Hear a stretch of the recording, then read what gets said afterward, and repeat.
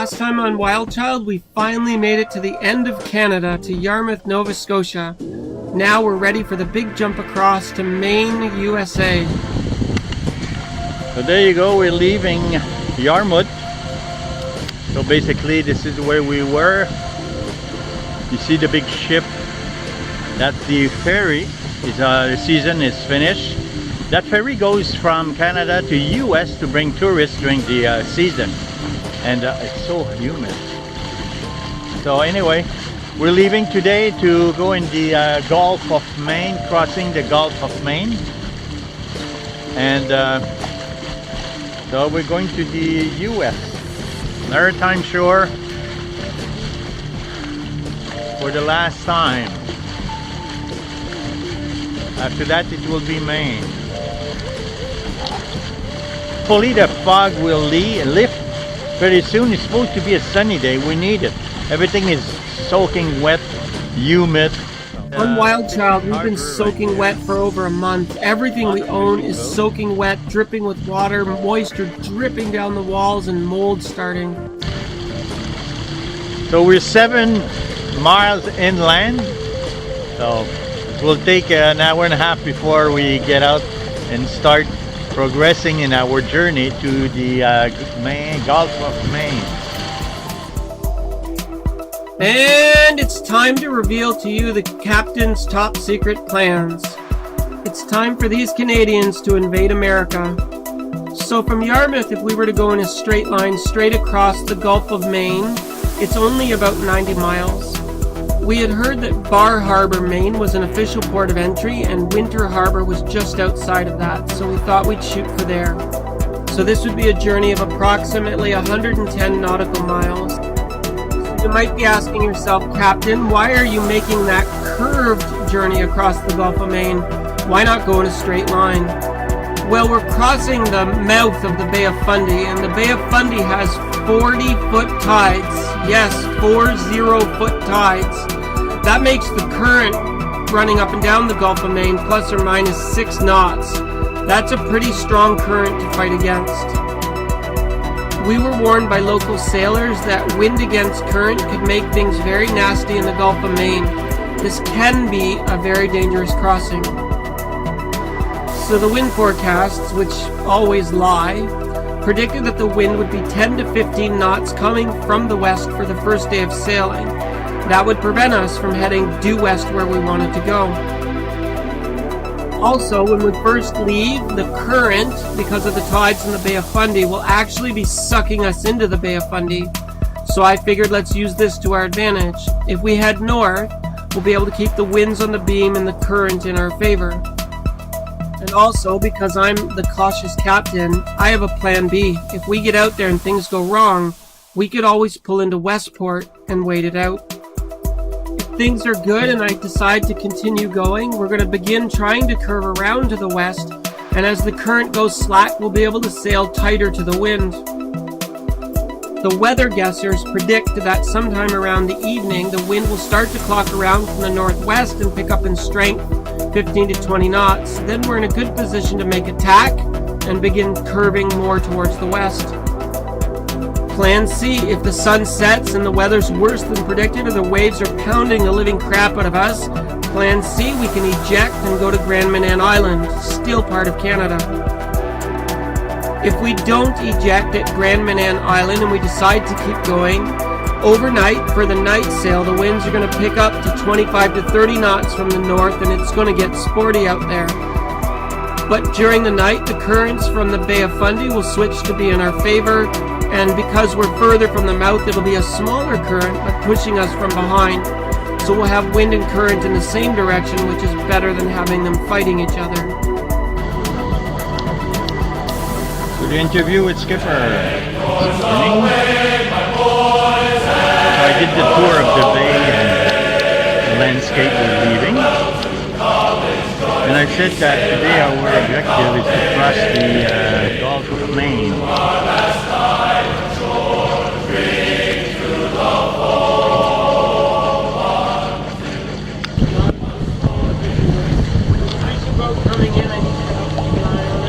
Okay.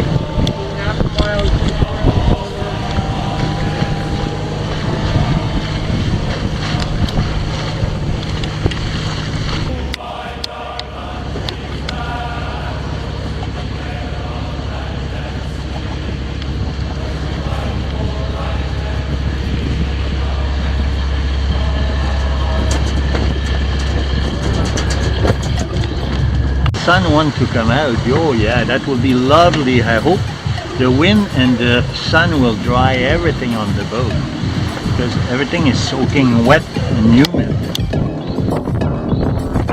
There you go. Go back to Yarmouth. Bye. Pretty soon, bye Canada. So that's the goal for today. So we're leaving Yarmouth to go where exactly? Well, it is Wednesday, October 10th, October 10th, 2018.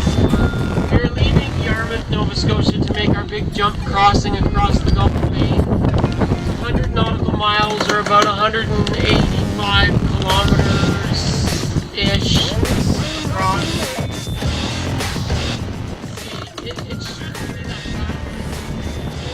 As we made our way out of the Yarmouth Harbor, we got out there and did 2 and 3 foot rolly swell and began to realize that the wind isn't what it was supposed to be. Rather than 12 knots of wind, we had 5 knots of wind, and we had 5 knots of wind from the wrong direction.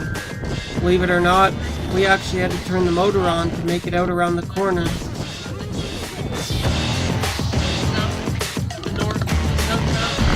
It's beautiful. You don't want to hit those. Yeah. So we are high tide. So the high tide is not complete, but so we have water. It's beautiful scenery here, and the sun wants to come out. So don't be shy, son. We need you, and we love you.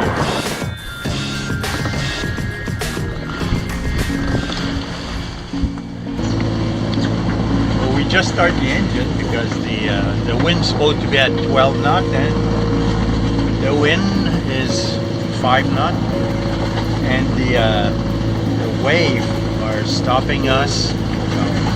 So we have some motor sailing, basically, try to get to leave that point that you see right there. Okay, and then we'll be able to run. So that will be lovely.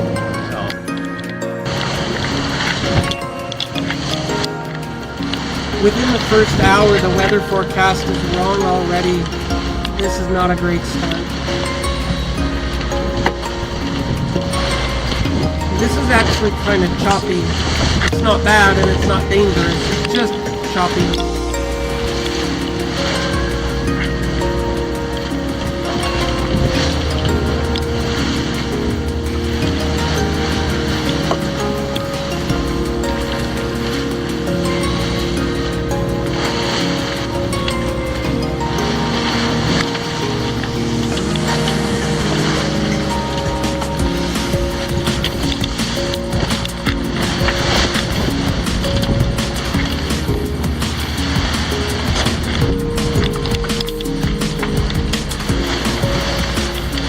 This is what confused seas look like. It's not a lot of fun to sail through. And if the whole passage is like this is going to be a long passage.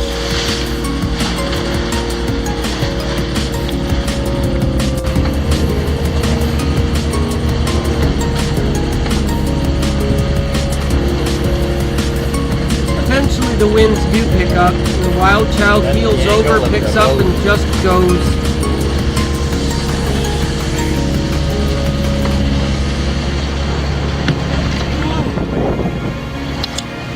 Come in and hug us almost on the side, on the rail, on the lifeline. And now with speed, we're starting to make miles.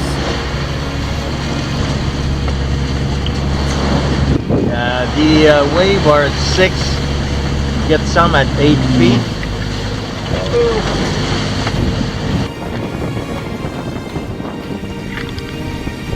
So everything was calm. If you're out sailing in the ocean, miles from shore with no land in sight, and you look to the clouds, and you see something as distinct as this, you think to yourself, uh-oh, this could be bad. The waves were coming down, but the wind was getting squirrely. To be safe, we reefed the Jenny and reefed the Maine. I didn't know what was coming. I didn't know what the winds were underneath that monster. But if they were strong, I wanted to be prepared for it. And that line in the clouds is moving towards us. So everything is wet, huh? I'm sure it is. The wind washed the boat. Yeah, I'm sure it's wet inside. Yeah. Okay, enjoy your break, honey. Of course, we don't have video footage of the nasty when it came, but it tossed the boat pretty good.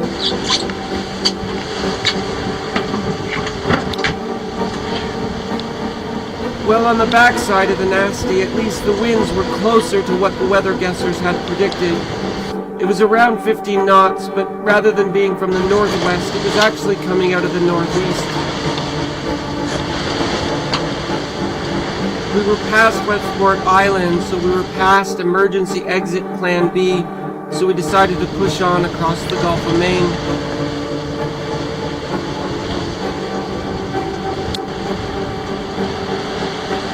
WildChild is a really good girl. She's tough. She took that beating that Mother had to give, and she did fine.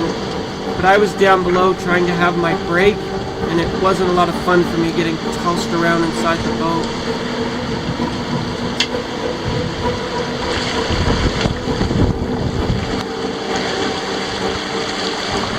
Eventually, as the sun began approaching the horizon to set, the conditions had calmed down, and we looked like we were in a good position for the nighttime crossing.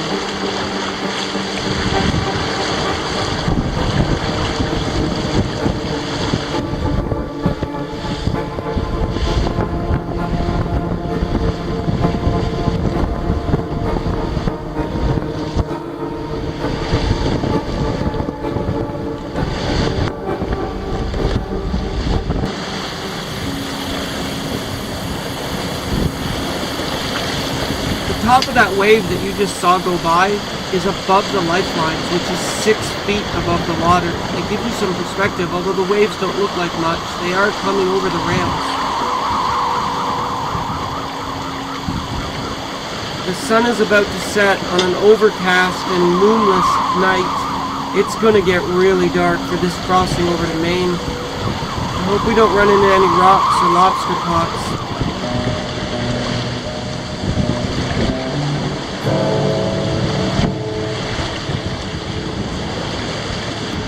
Night sail. Let's see if she's relaxing. It's 10 after 7, so I just turned on the navigation light and changed the the setting for the chart plotter for the night. You can see from the chart plotter that pink is the official shipping lane, and we're about to cross a shipping lane as the sun sets. Those lights in the distance are a passenger ship. So the sun set and things went dark, so how much video footage can we have in pitch black conditions? But it turned into a very eventful, sporty, and memorable night sail.